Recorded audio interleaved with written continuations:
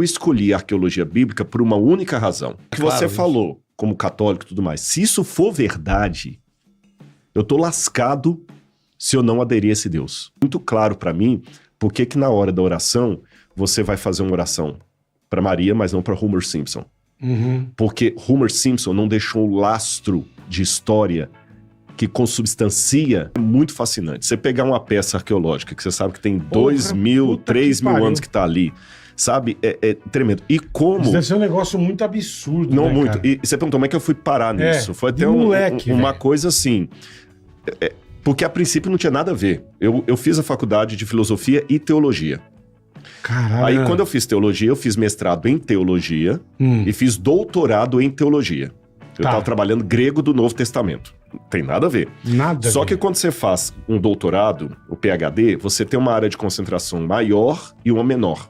Tá. Igual você falou, eu sou biólogo, né? Você pode falar lá, a minha área de concentração maior é plantas da Amazônia. Tá. Mas como menor, polinização, alguma coisa assim. Aí, como área menor, eu escolhi a arqueologia bíblica por uma única razão. Falei, pô, estudando Bíblia, eu tenho que ir para Israel, é lá que a coisa aconteceu. Só que naquela época, falar isso em 97, 98, falar em ir para Israel é como você ir para a Lua. Não é um negócio que fala assim, eu vou programar, eu vou lá, você tá falando aí do cruzeiro. Tão não, eu vou pra... fácil assim, Não. Eu falei, eu vou aproveitar, eu consigo uma bolsa para ir para lá, vou uma vez para falar assim, tá visto. Sim. Quando eu cheguei lá, que eu fui participar da escavação arqueológica, cara, eu me fascinei. Eu falei, caramba, isso aqui que eu preciso, que agora eu posso pegar a história bíblica que eu estudei na arqueologia e botar dentro de um contexto. E pegar um artefato, você sabe, poxa, isso aqui tem 3.000 anos, isso aqui tava lá naquela época, antes de Jesus, alguém usou. Porra. Aí, um amigo meu falou assim, eu falei, poxa, adeus Israel, nunca mais voltarei aqui, Lehitraot. Ele falou assim, não, quem vem com seu espírito volta. Aí eu fiquei incomodado com aquilo, já fui mais de 40 vezes, aí eu fiz um doutorado em arqueologia na USP, fiz um pós-doutorado lá na Andrews, e já participei de várias escavações, se a guerra deixar, vou voltar para continuar escavando em Israel agora em julho, eu estou escavando em Lachish. Isso você tá trabalhando por quem ou para quem? Hoje eu sou professor da UNASP, o Centro Universitário Adventista de São Paulo. Tá. Eu sou professor lá. Tá. E sou divulgador científico também, porque no YouTube, no Instagram, sempre tá colocando coisas de teologia, filosofia e arqueologia. Eu misturo as três áreas ali que eu falo, dou aulas. Tem um programa na TV Novo Tempo e escavo lá. E consigo manter, porque eu tô numa universidade. Porque no Brasil nós temos um problema também com a arqueologia, que é a regulamentação da profissão. Tem muitos colegas arqueólogos. Ainda tem isso aqui? Tem, é complicado. Hoje muitos arqueólogos no Brasil, que não são tantos assim, eles vivem de arqueologia de contrato, porque o Brasil não valoriza, infelizmente, isso. Então, porque eu acho que a galera, que nem você até brincou no começo, não tem nada a ver com Indiana Jones, mas a turma acha que a arqueologia é meio aquilo, né? Ele vai um monte de avô atrás do cálice sagrado. E aquelas puta aventuras, você se mete nas enrascadas. E é o que menos você encontra são essas coisas aí, você entendeu? Então tem é o que você falou, deve ser uma coisa maçã, assim, não digo maçante, mas pô, até você achar o bagulho, mas tem uns negócios você fica assim, ali cavando pra caralho, no mesmo lugar. No mesmo lugar, no sol, mas é fascinante. Você vai reconstruindo a história, você vai entendendo, pô, cara, isso aqui aconteceu, você entendeu? Por exemplo, eu gosto muito, como eu também fiz filosofia, então eu navego nas três áreas, a teologia, filosofia e arqueologia. Loucão. Pariu, e eu amo conversar com gente questionadora, secularizada, que não tem os mesmos valores que eu, porque eu vou aprender com o cara. Perfeito. Você entendeu? E também vou refinar o que eu penso. E então uma questão que fala assim, pô, eu sou religioso. Eu cheguei aqui, eu vi, por exemplo, a São Francisco de Assis, Nossa Senhora Aparecida e São Jorge ali. Tá, mas e se isso tudo for... vou fazer uma paródia aqui, eu vou bancar como se fosse um descrente, tá bom? Você tem ali São Jorge, guerreiro, São Francisco de Assis e 2 medalhas de Nossa Senhora Aparecida. Isso. E abaixo você tem o... Márcio, eu vi o Homer por aqui. É verdade. Está ali. Garoto. O bem e o mal, né? Agora... Mistura pra caralho. Mas, verdade. O que o Homer Simpson tem a ver com Nossa Senhora? Isso é outro plano. Outro plano. Agora está no altar. E o Capitão Caverna também, e até eu vi também o Comandos em Ação. Também tem que capar o Snoopy. Vamos supor que daqui a 2.000 anos, os arqueólogos encontram isso aqui, pode parecer que tudo isso aqui é religioso. Ou eu vou fazer uma pergunta mais séria. Por que, no momento de orar, você reza para Nossa Senhora e São Francisco de Assis, mas não reza pro Homer? Eu tenho que ter uma resposta É uma boa lógica pergunta. para isso. É. Se não, E eu lhe dou. qual? Referência. Por que você vai pra Israel? Pois é, mas a referência tem que ter Referência. uma base. Não, você acabou de falar que você foi pra Israel Uhum. e deixar sua alma lá, como é que é?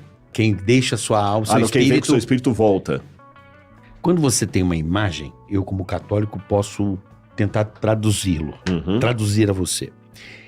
A imagem nada mais é do que uma referência para que você adore, para que você se lembre e para que você dedique, né? Uma referência aos seus pedidos e à sua crença.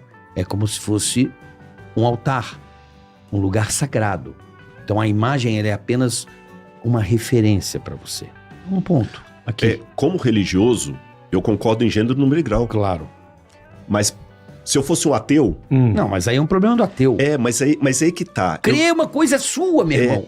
Ou crer ou não crer. Mas né? aí que tá. A crença é uma A coisa fé tão forte. É pessoal. É pessoal, mas ela é tão forte que eu vou falar com vocês qual que é a questão. Você pode ter uma coisa pessoal no que diz respeito à política. Você pode votar na direita ou na esquerda. Perfeito. Você pode ter uma coisa pessoal no que diz respeito ao futebol. Você pode torcer pro Fluminense ou pro Flamengo.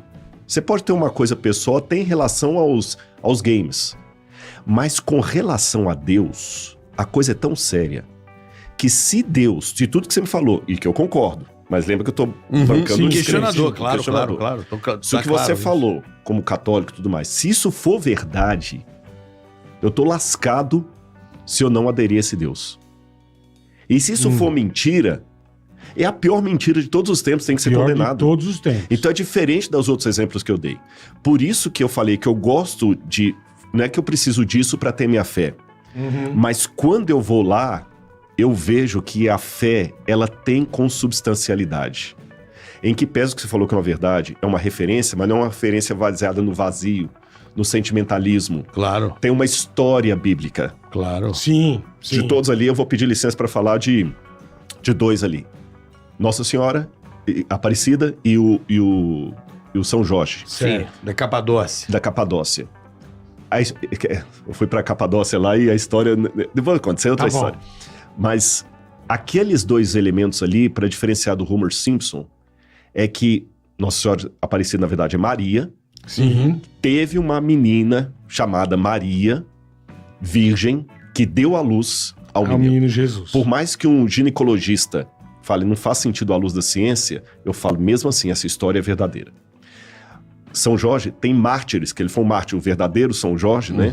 Ele foi um mártir do cristianismo. Se ele perdeu a vida dele por causa dessa filosofia cristã, tem que ser um negócio que vale a pena. Então é nesse sentido que agora, depois dessa aventura, aí eu posso voltar à minha capa de religioso e falar, faz sentido o que você está falando. Então é muito claro para mim por que na hora da oração você vai fazer uma oração para Maria, mas não para Homer Simpson. Porque Homer Simpson não deixou um lastro de história que consubstancia uma crença em Homer Simpson. A religião cristã deixa. Então a arqueologia para mim está lá. A religião, É né? mais. A religião é uma coisa muito forte. Muito Só forte. que é interessante que de todas as religiões que há no mundo, budismo, shintoísmo, religiões animistas, o judaico-cristão, que o cristianismo tem um berço judaico, é a única religião que desafia o crente a questionar sua própria fé. A Bíblia fala, ponham-me à prova e vejam se eu sou Deus ou se eu não sou. Ponham-me à prova. Então muita gente pensa que o crente é aquele que ele não questiona nada, aceita tudo pela fé, é um vaquinha de presépio, né? O gado. que eles chamam. O gado. Mas não é gado. Então, quando você fala assim, não, isso aqui é uma apresentação de um sentimento, você tá certo.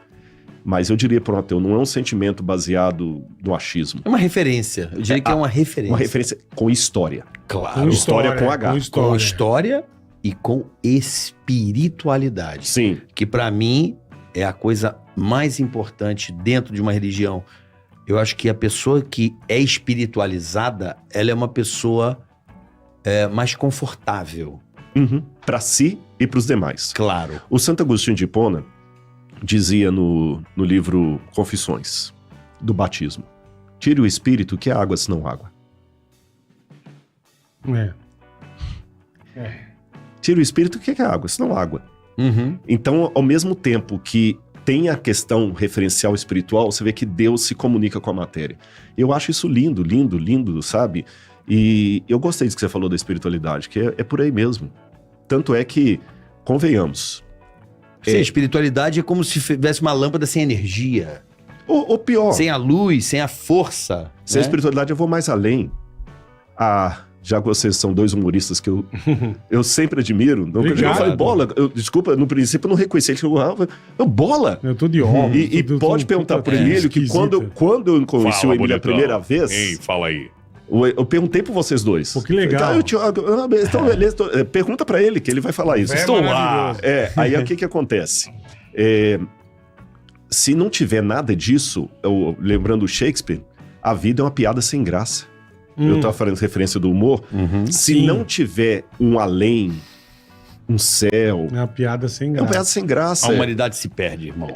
A gente apenas vira cadáver... uma confusão. Cadáver é diabo já que tá procria. Difícil, né? Imagina. Já não tá fácil. Isso. Então. Mas eu acho que a piora da humanidade é a falta da espiritualidade por uma grande parte da população que a cultura anda se perdendo. Eu acho que não tá... As famílias se dissolvendo, crianças sem valores... E isso, eles vão levar isso quando forem homens adultos, né? Isso, eu cresci sempre na igreja, ali no pé, fazendo até os meus 18 anos, a minha mãe me botou ali. E eu comecei a gostar e tal. Eu vejo as pessoas hoje muito dispersas nesse sentido. E também, às vezes, o outro lado do radicalismo. Então, acho que o grande problema é o excesso dela e a falta dela. Concordo. Eu acho que tá havendo há um hiato aqui nessa coisa, a razoabilidade, poderia dizer. Acho que é a palavra mais adequada. Com certeza. E sabe por que eu estudo tanto Bíblia, filosofia, essas coisas doidas? Por causa dos seus filhos. Por causa dos meus filhos. Você vai entender o porquê.